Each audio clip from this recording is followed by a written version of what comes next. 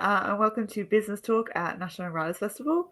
My name is Isobel Marmion, and I am here on Ghana Yurta, the land of the Ghana people, which is Adelaide. And I am a writer and theatre maker, and also arts worker. I'm currently the festival director at Festival Voices, and my background has been in lots of different, mostly performing arts, lots of theatre making, kind of cabaret type comedy sort of situations. Yeah. I'm Seb. I'm a lawyer at the moment, working mostly in the creative industries, providing advice to artists and arts organisations. In a past life, I was in student media and community radio. I freelanced as a writer for a bit, so that's kind of my background and my connection with the festival. I'm broadcasting from Gadigal land and keen to talk business. I'm Oliver, and I'm broadcasting from Gadigal land as well, and I'm a composer, music theatre writer, and I write a lot of choral music, so that involves lyrics as well. So yeah, that's my background as a writer, my involvement in National Writers Festival. Right. So to kick off this conversation, I was wondering if maybe we'd chat a little bit about the impact of the elephant in the room, that the COVID pandemic over the past few years, how that's affected art making, art consuming in our experiences. And look, I'd really be interested to hear from the two of you to start with as practitioners in the space. Perhaps Isobel, I know you've been on the boards of some performing arts organisations. You've had experience with this festival coming straight after the pandemic. What's the experience been like? Well, Seb, as you have mentioned, I've previously been at this festival. I was co-director for the last 2 years, so definitely some COVID impact there. I'm sure our regular audience members will know kind of journey that we took. So basically for us, we actually in 2020 had the first staff meeting in person. I think it was like the 13th of March in Melbourne. So I left Adelaide. I, at that point in time, was working at Vital Statistics, which is an experimental arts organisation in Adelaide doing programs. And we had a show on that year at the Art Gallery of South Australia with aphids. So we called Howl, which is this beautiful show. So we did this huge, amazing show kind of through the art gallery outside on the street, this enormous show. I flew to Melbourne for a meeting. We launched the NYWF call out. I flew back to Adelaide via a pretty abandoned airport and then didn't leave my house for a long time. So that's kind of the week that everything was really kind of kicking off, which is a little bit nerve-wracking. So for us, it was wild. We spent a lot of time going back and forth about, would it be feasible? Pretty quickly realized it wouldn't be feasible. By the time the call out ended, we'd transitioned to a digital festival. And then the second year of the festival, we pretty much did the same thing, except I think we made the call to go digital. We did a call out for a hybrid festival, and then it became really evident that we weren't going to be able to do that the second year in a row. So we once again went digital. Yeah, it was a big learning curve. Oliver, you were one of the writers the past 2 years. Yeah. So I got to do a digital one last year. Yeah. Which was good. It was still rewarding. I mean, it was, of course, like everything, you're kind of used to it over the last couple of years, consuming content on, in a digital form, as well as creating, it as well. So it kind of it's become quite normal. But I wonder how much that's like lasted with us and will last with arts organizations. I know I saw a lot of, particularly like theatre groups and, contemporary music ensembles go digital or create content for the first time. And some organizations were very quick to do that, and others took a long time and held out. But I feel like not a lot of maybe continue to do that. Now that we're kind of looking out the tail end of the pandemic, hopefully.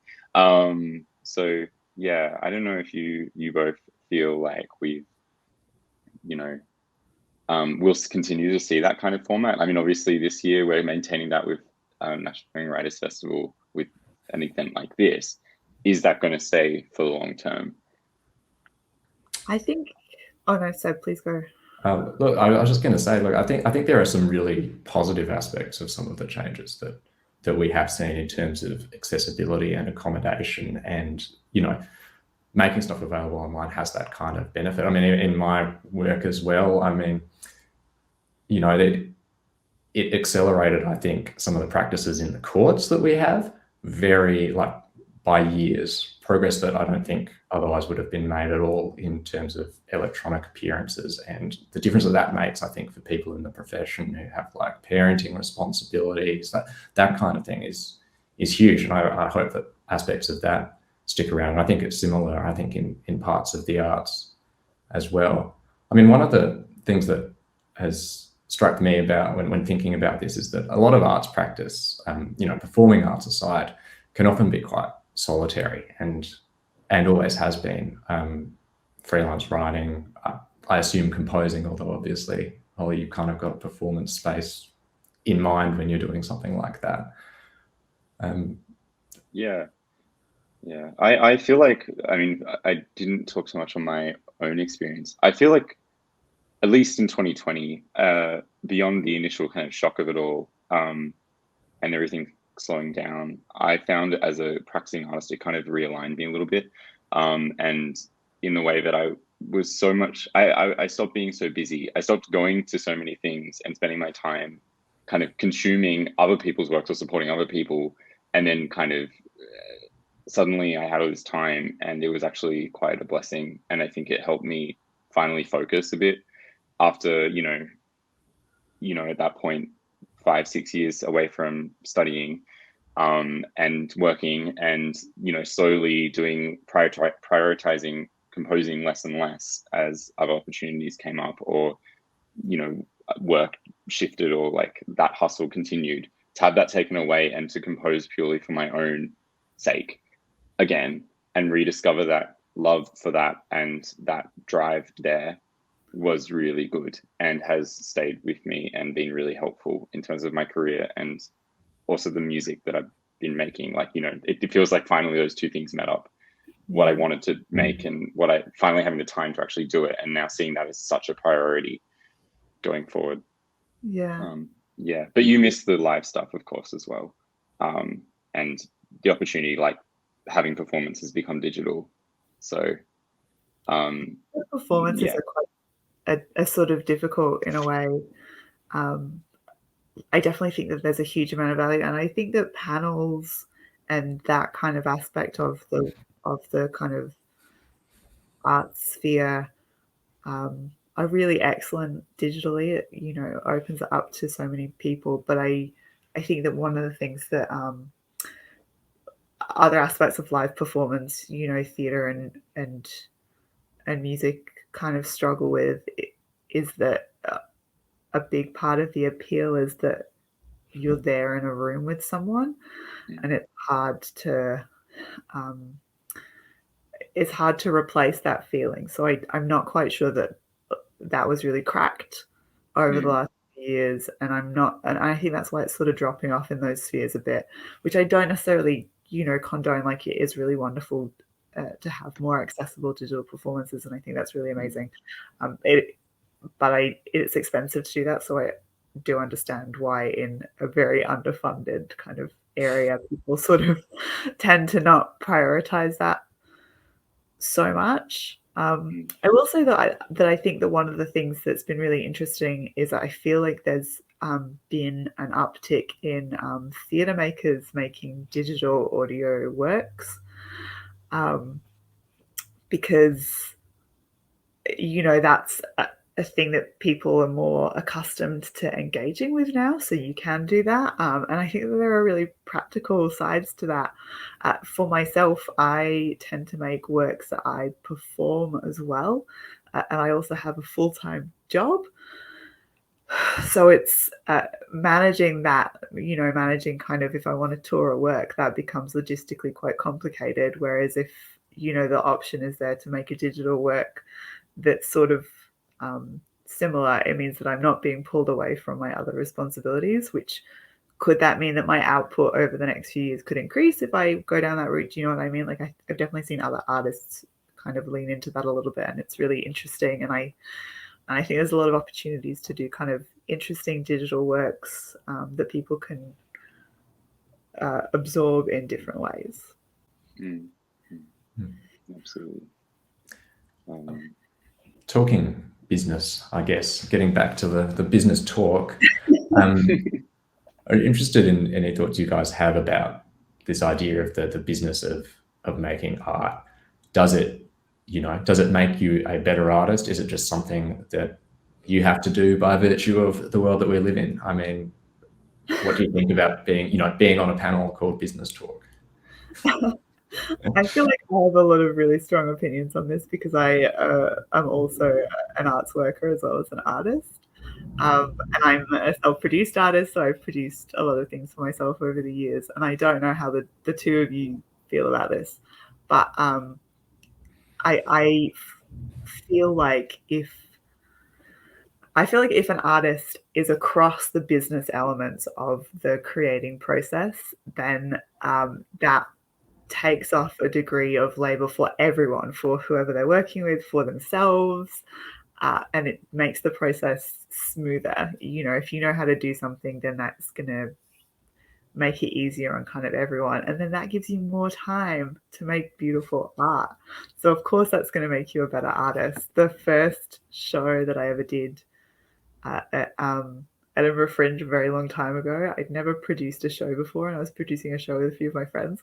It was terrible. The show was terrible because we didn't know how to produce, so we spent all of our time trying to produce and not enough time making the show. So I strongly think that yes, learn the business side. I don't know, Oliver, what do you think?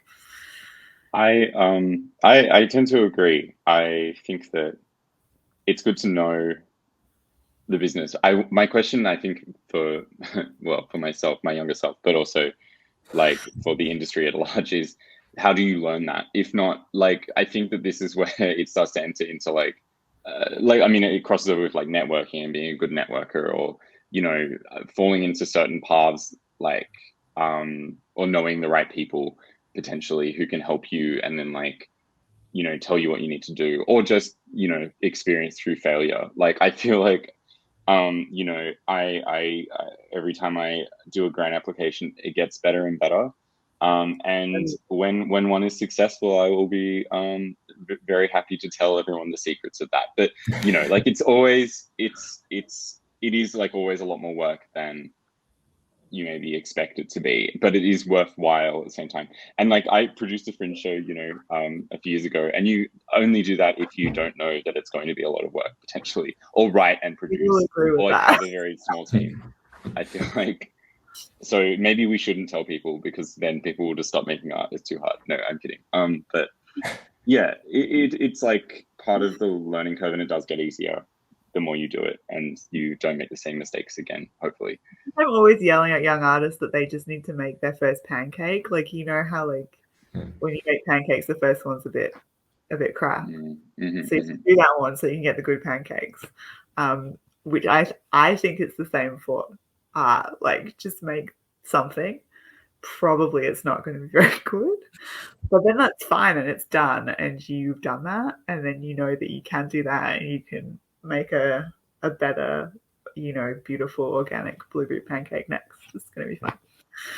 Yeah. I think it's really interesting to talk about the learning curve, and I guess another way, like kind of the barriers that can exist for this.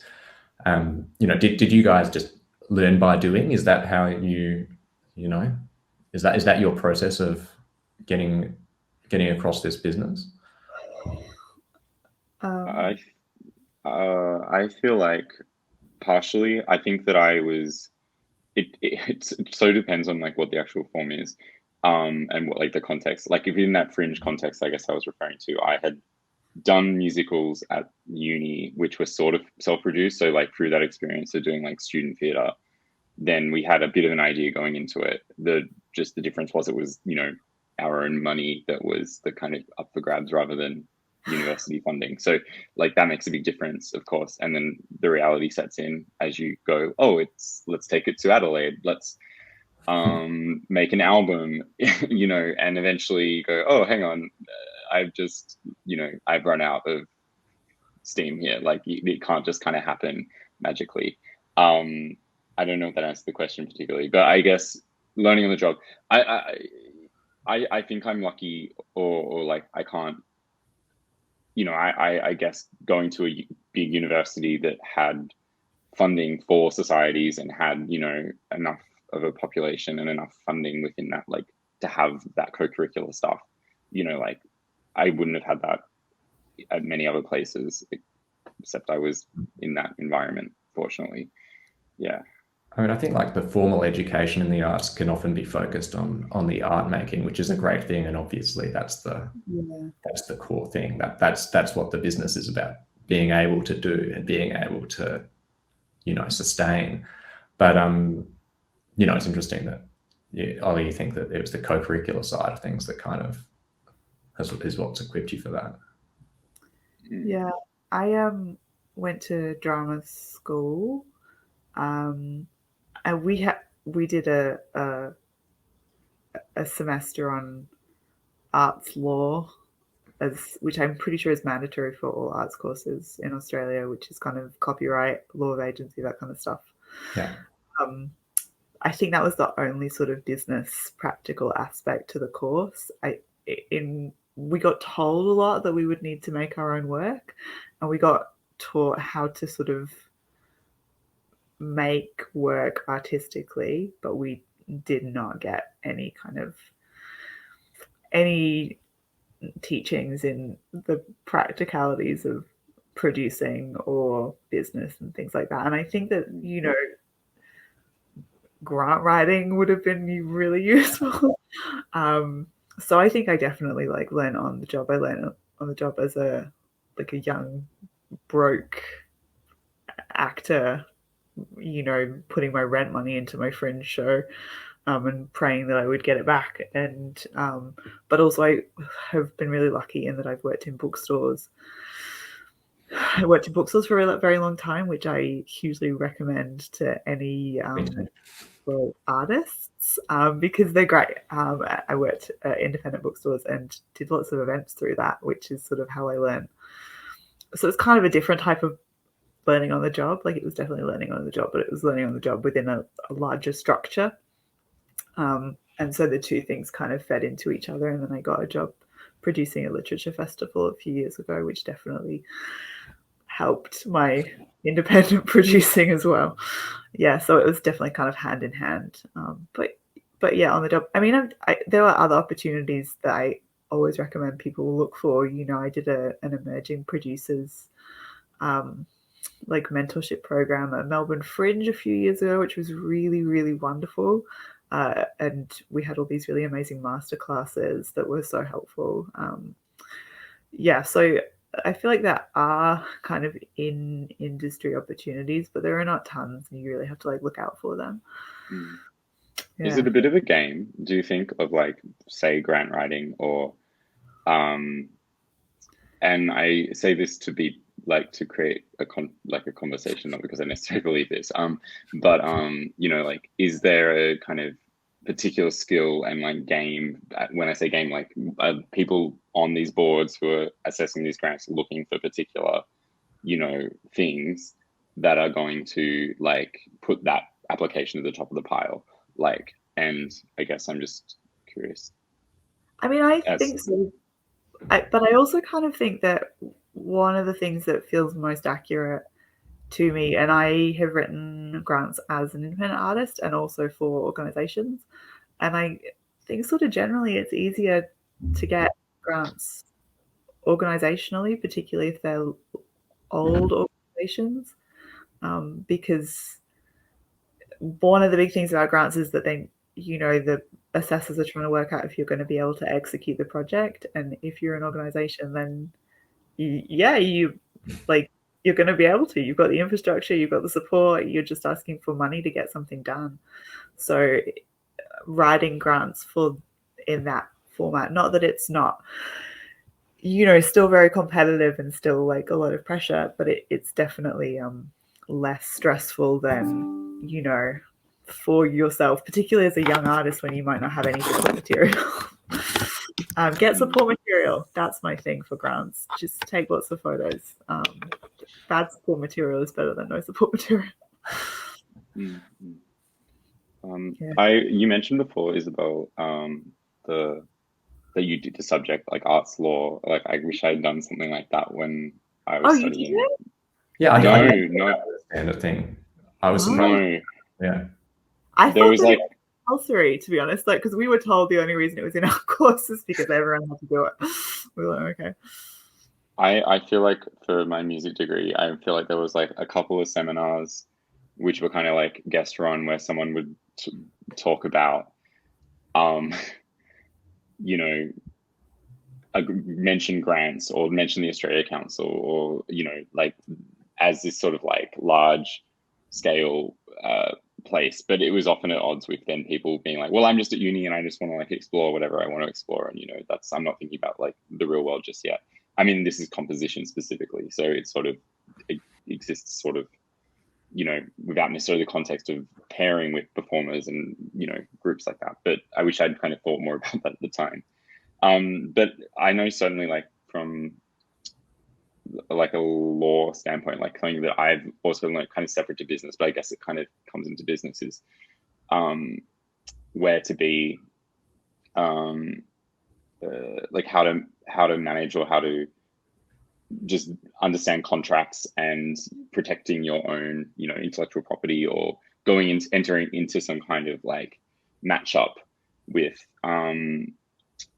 like a group that's commissioning you or if you're consulting or you're one of the artists or you're like giving notes on something, like it's a kind of can be quite murky or confusing. I know I found it intimidating and confusing, and I just want to do the work and I'm like, well, I'll just go along with it, and then suddenly I'm like, hang on, should I have been paid for that work or should I have done something ahead of time? I don't know if this is helpful, but I guess it speaks to the kind of fact that I'm learning through making mistakes or doing things the wrong way first, and then like trying to do it better the next time. And like arts law as an organization has like been really helpful, and going forward like that. I know Seb, you have a lot of experience, and you're doing a workshop, right? Yeah. So I'm doing a workshop as part of the festival as well on kind of copyright, contracts, one-on-one stuff, this kind of practical, one-on-one guidance for artists. And, like it's part of like my experience. I had a limited arts practice really before I went into the law, but it really does strike me that like arts in particular is something that is absolutely as a profession underpinned by the law when it comes down to it.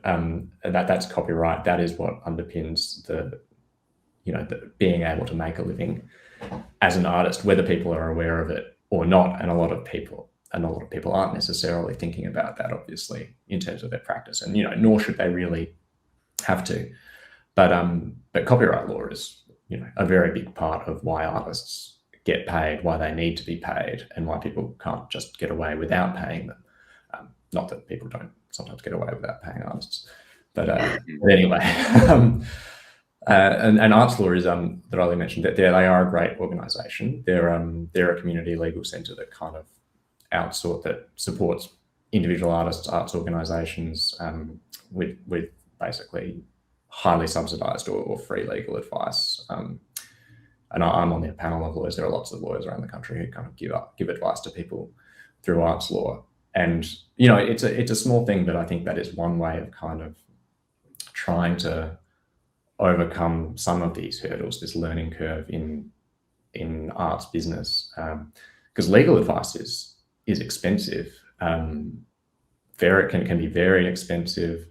A lot of the time when you're talking about things like freelance writers, the cost of having a contract reviewed is going to be is going to eat up a large part of the pay you expect to see from that contract.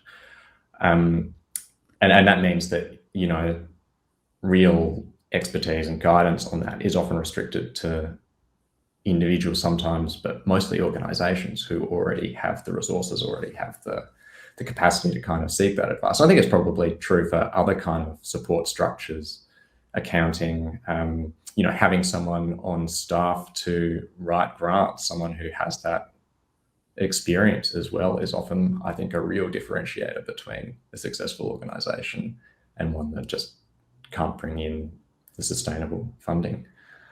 I don't know if you have any observations on that, Isobel? Oh, I would love to work for an organization that had someone specifically on grants. That sounds like a blissful dream. Yeah, I one of the organizations that I'm a member of is Rumpus, which is a Adelaide-based theatre collective run by a lot of volunteers, and I am one of the people who write grants for that. And it's just an ongoing job, and it's a really big job, and people do there are so many members who do a lot of work to keep the organization going, but it is kind of like a permanent, like, how are we keeping this train on the track sort of situation. So yeah, absolutely. It's hard. I recently, had a contract. I tried to draw one up myself, using like what I could find on the internet, and I ended up going to arts law, and the lawyer that I spoke to was very nice and kind, but also was like, I don't think you've kind of done this in reverse. Like, I had misunderstood who I was in the commissioning kind of like relationship. So anyway, glad we sorted that out before I did something, sign myself away in a bad way. I don't know what your scenario was there, but just if anyone is lucky enough to get funding for something, when I was a younger artist, I didn't realize that auspicing companies existed, or organizations would auspice for you. So if you're not familiar with it, auspicing is someone essentially takes a percentage of your grant money, and then they handle a lot of the business aspects of it. So they'll contract your contractors, and they'll hold your money for you so that you don't get taxed on the full amount of the grant, and you just get taxed on the amount that you are paying yourself. And they'll kind of pay everyone and pay all of the various things and sort out the superannuation and the work cover and things like that. And I cannot recommend enough.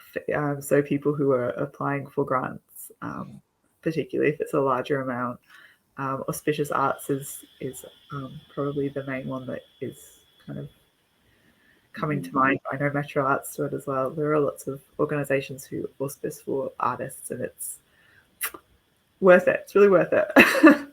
I'm learning a lot from this talk, so this is really good. This whole business talk, it's actually just me getting free advice as an artist, and learning how to do business. So thank you so much, both of you. I think auspicing is a really interesting concept in one way. I mean, the idea that the structures have just evolved in this way that you need a specific person with expertise to kind of navigate them. I mean, is that inevitable? Does it have to be that way? Is there a more like? Do you know what? I don't know. Like, I feel like I'm across, because I have a background in kind of arts work. I'm across contracts and things like that enough that I would feel confident doing it for myself, and have done it for myself previously. No worries. But just the idea that I'm not going to get taxed on the whole amount of money is well enough. Take your percentage, like. Yeah. So, but absolutely, I think that it's an interesting concept. Yeah, I don't know. I think the whole system is complicated. Yeah. Do you think that like, it's worth an artist thinking of themselves as a business? Like, is that necessary? Like, if you're an independent artist that mainly works, like, say a composer who is, scoring for the concert hall or something, and is sending off pieces to, or getting commissions that are kind of private, where from a a school or a group, an ensemble or something. And so you kind of like, your work is very much done independently. Yeah, You're managing yourself to a degree. I think that's a really interesting, and I sort of feel like there is some value in that, but I would personally kind of reframe it slightly, and I think that it's valuable for artists to think of themselves as a laborer for a business potentially. I just feel like thinking of like yourself or your art as a business feels very like super capitalist to me in a way that I don't feel wildly comfortable with. Um, but I do think it's really important to think of yourself as someone who is working and thus needs to be paid a fair wage and needs superannuation and needs like labor rights and all of that things. So I think that maybe kind of being aware that your art is business and has a lot of business elements, but you yourself are a laborer who needs to be protected is maybe probably how I would come at that in my extremely union-based kind of vibe. Totally. It's there's a bit more of a conversation I think happening now about the gig economy, right? There's people who are working as much as anyone else works, no superannuation, no sick leave, no guaranteed hourly rates. But when you hear about these things and you start thinking, well, what's the arts been doing for decades? I feel like I'm like being peak PSA here, people, but anyone watching, there's no minimum on superannuation now. So you need to get paid superannuation for everything you earn. So if you're getting contracts, flag that. Be like, hello, you owe me superannuation across the board. It's people don't realize is the problem. Like a lot of arts organizations will budget for things and they won't factor in superannuation and they won't. Like these are organizations who are doing this, experienced organizations who have just not thought about it because they don't realize that the rules have changed. Get your superannuation. I think we kind of just keep coming back to this idea that it's not always something that people know about. That there are all these aspects of it that that are really important of arts practice, of arts management, and there's not like a single clear accessible source to some of this information, some of this guidance. No.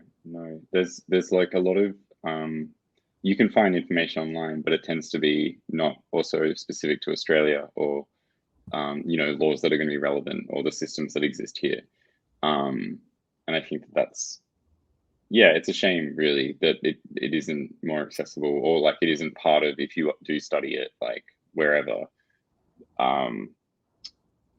that it is a kind of core component of the course that you do if you have studied tertiary art making or fine arts of some kind.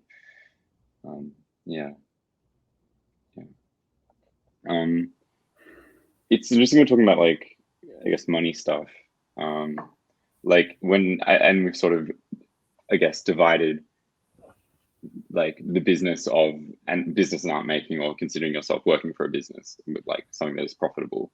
But if we like, have you ever in creating something thought or asked the question of yourself, is this going to be profitable? Like, how could I sell this as a commodity, I guess?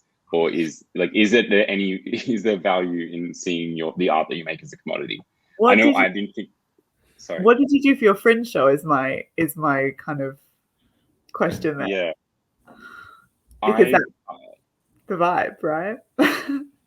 Well, yeah, I feel like that was only profitable as a fluke. Like it was never kind of intended to be. And that was, but again, relying very much on, like I wouldn't say, like relying on friends, like nothing about, that initial kind of setup would be, proper practice in terms of payment. Like, we're talking profit share here, like, and then, that's also why, to go back into it again, I know like that's not a viable option anymore. It's different when you newly graduated and you're doing something as friends and then you realize, hang on, this is something where we're dealing with real money now. And actually we do need contracts and we don't have contracts. And if we keep going, we will end up in hot water or like hate each other or worse. So, you know, that I don't really have a clean response about that. It's that, you know, my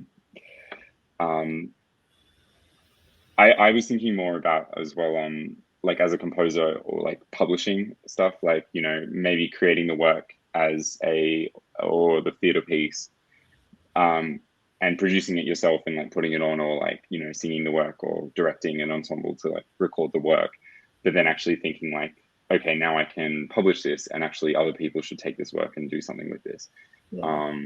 And something that I know I think about more and more is the how replicable the work is, how achievable it is, and also something when I've started other theatre things, knowing about the logistical issues of like and tourability, say, of the show I wrote. What like I do think about like what are the practicalities here in keeping the cast small, keeping the band small if it's a musical. Can it be done with tracks? Because, you know, maybe that's cheaper for a company to produce.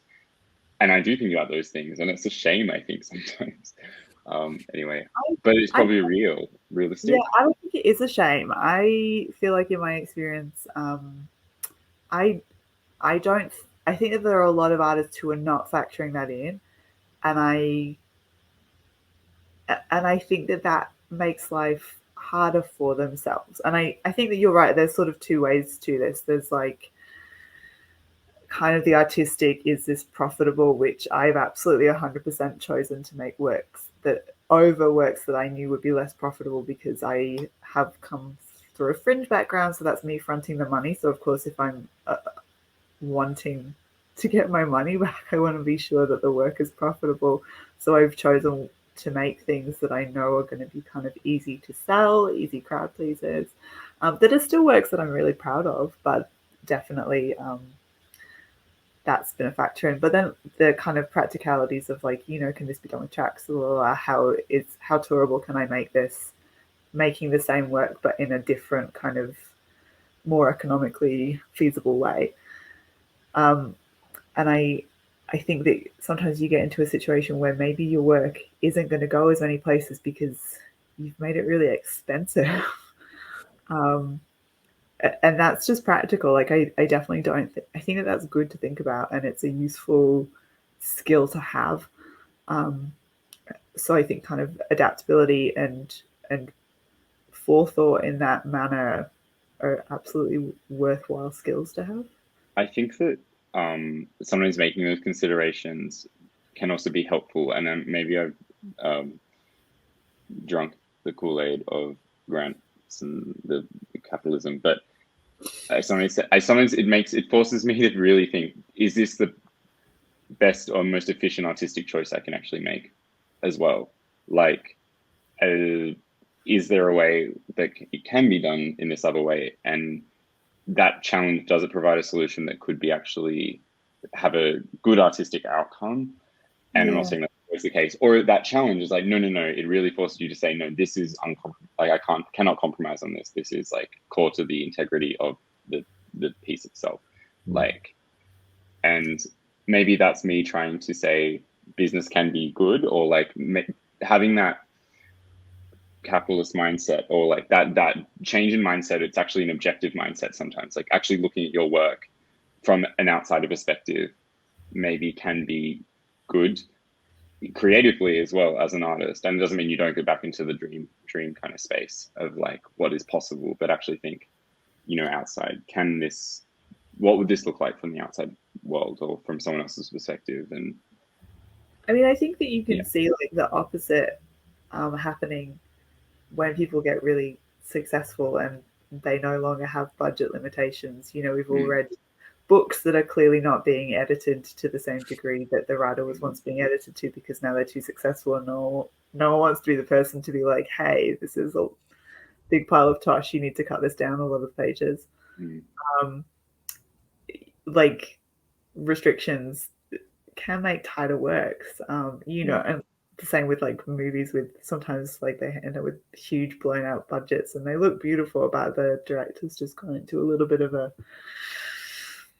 space, then maybe we all need pinning down sometimes. I know that if I made things that I was like, this is all fantastic, probably it would be a little bit navel gazing. I think like timing is a really interesting thing when you like when do you let these considerations start to intrude into a process? Like there's got to be some value in having a free, unrestrained creative process to begin with. But how early do you need to start bringing in those considerations? I mean, one context where this happens, where this really rears its head, is when people are collaborating, often with close friends artistically. It's a great project, everyone's enjoying the work, but something goes wrong. Things don't always go wrong between friends, but when something does, it can be a really horrible experience. And you can do things to try and bed down the relationship, understand people's commercial interests, how things are going. They're boring conversations, they're difficult conversations on a number of levels, but when you have those conversations early, you can really save yourself a lot of difficulty down the line. That's just something from my legal experience, but it's also hard for me to avoid the idea that you risk killing the magic at some level when you're stopping to negotiate a collaboration agreement with someone, but I don't know. One of my colleagues does this thing where they'll be like, what's the Broadway version? What's the Fringe version? What's the version in the middle? So it's like, talk about all these options. Are we going to be able to afford 20 backing dancers to do the can for one scene? No, we're not. But like, throw it out there. Why not? Yeah. I think that I find it interesting, not to bang on about grants, but I'm never quite sure how to present, particularly if it's a work that hasn't been like created yet necessarily, or it's like, at its early stage. And this might not necessarily be grants, but like development programs or, through specific companies or whatever, to take, talk about something hypothetically, but also be very conscious of the, previous work that maybe that organization has done, and then trying to kind of like squeeze your project into that particular thing. But also you don't really know what they want. So you're kind of like, should you just be honest with your work and hope that it takes, or like, I think I self-censor or try to like, I don't know, like match what I think they want, and probably not successfully either, but just like, I wonder from the other side of things, like, arts organizations looking at this kind of, looking at an application, saying like, oh, that's interesting, that's different, I don't know how we'll kind of make that work. Are they wanting something that's going to easily fit into what they usually program or the space that they've got, or, knowing that it's like within their capabilities? Like, I don't know if this is a question or not. I think from my perspective, and I've read during my time at Vitals, I worked at Vital Statistics for 4.5 years, and I read a lot of applications. We do a lot of development projects, and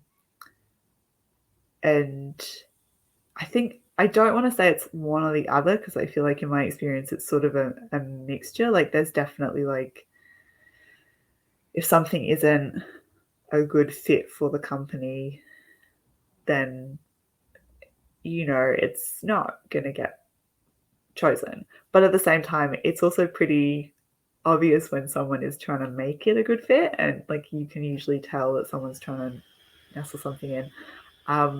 So I feel like what I do as an artist and what I like reading as a programmer is when someone is kind of honest about the work, honest about why they feel like it's a good fit, and honest about the questions that they have. If the work hasn't been made yet, you shouldn't be expected to have all of the answers, but you should be expected to have all of the questions and a plan for how, not all of the questions, but like have questions and a plan for how to address those questions. Is probably what I personally like. And I'm definitely like, there are lots of different opinions on this. I think that people are always looking out for different things, but I think that's that feels like something that's fair to the artist and also helpful towards the organization. Yeah, I don't know. But no, that's very wise. I feel like you know, to not be to be honest in the failings or the unresolved parts of a work. I don't think it's failing. Like if the work isn't made yet, like that's legitimate. You know, don't know the answers yet. You haven't made it. But not trying to like paint over the cracks or present it as something that it actually isn't. And then also maybe there's virtue in knowing that it's like, well, this was the realist version that I put up, and if it is unsuccessful in that realm, it's like, well, it probably wasn't the right fit for that. 100%. Like because you're gonna go to one org and they're gonna be like, nah. But then you could go to another org and they might be like, man, I'm so interested in where this goes. I would love to be part of making this. And then you know that they want you. So, like, feels like a dating app for art projects, doesn't it? Be your authentic self. Well, let's make it. Let's do it. Speed dating, organizations and artists. I mean, one of the other, just picking up on something that's been happening earlier this year, we saw like a pretty major boycott on ethical grounds of the Sydney Festival. And I suppose that's another angle where, there are difficult decisions potentially for artists to make in how they conduct their business. Have either of you ever kind of been faced with an ethical conundrum of that kind in the business of your art? No, not personally. Some of the artists who we were working with were part of that kind of whole situation, which is really difficult and very complicated and really painful for a lot of reasons, I think. No, I haven't, but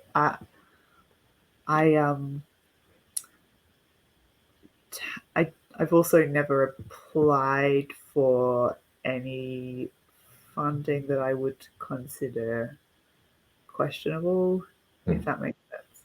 But that's partially by location based. You know what I mean? Like I know in WA, that's a lot of the funding is mining funding. So if you want to make work, you don't have a lot of choice except to engage with mining money.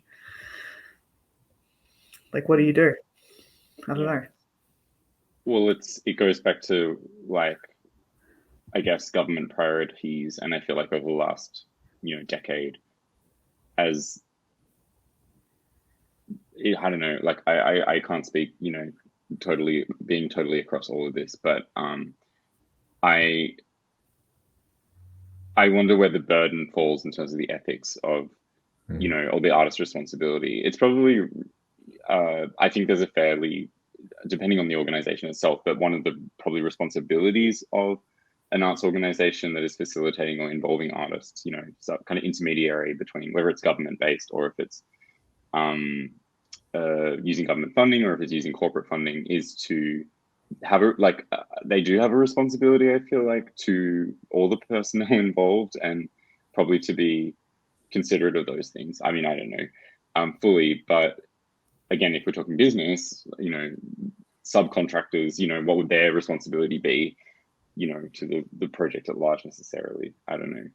I'm being very vague here because we're not talking about specifics. This might be a rabbit hole, but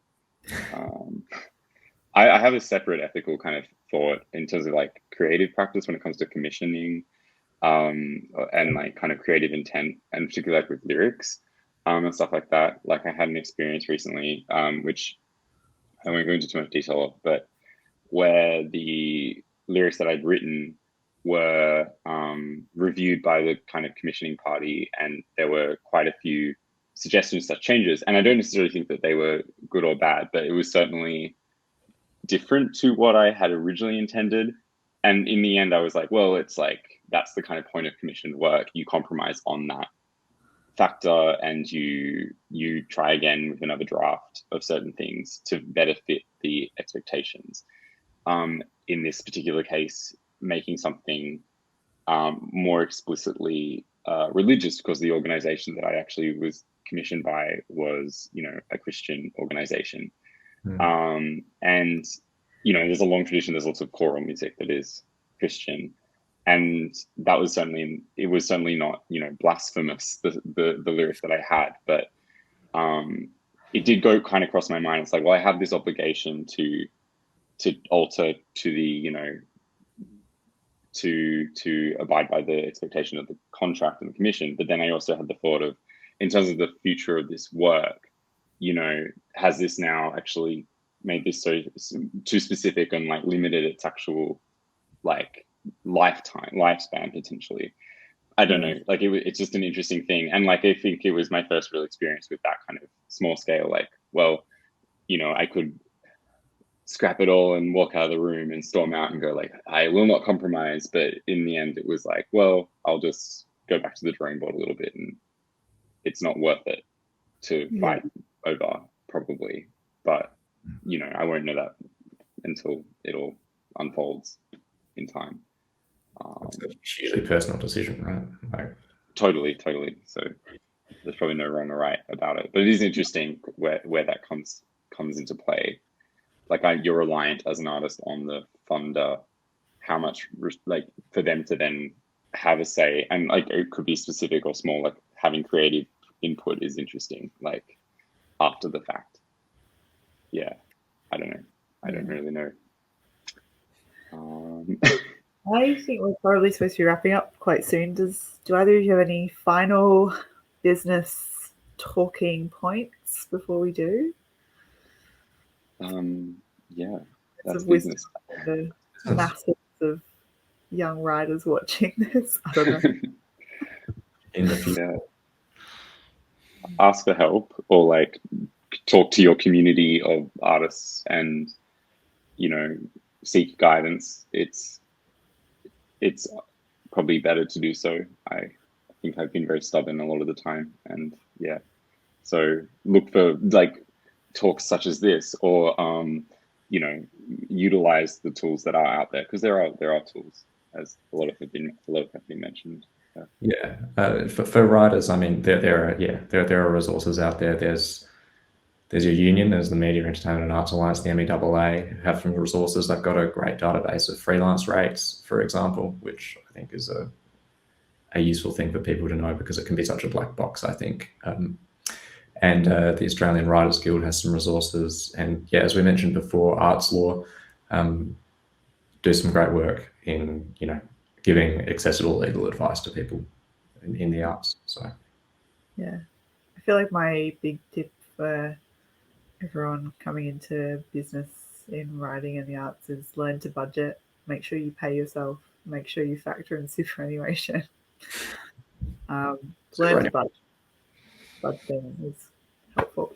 Well, I think that is it from the three of us. Thank you for joining us at Business Talk, National Writers Festival. I think that Seb has another workshop that you're doing. I do. I'm doing a workshop on copyright, contracts and other ailments is the name of the workshop. I am just bringing up when it is taking place. It might be before or after this. It's at 12 p.m. on Saturday, the 1st of October. I am doing a workshop, but I have a feeling it's before this airs, so maybe you were there. Yeah, nice to see you there. But yeah, that workshop is about a general art business workshop. It's just going to be me yelling about budgeting for 45 minutes, to be honest. It's my favorite thing. I love it. Thank you so much, and we will see you around the festival. Please check out the other digital programs. Thanks.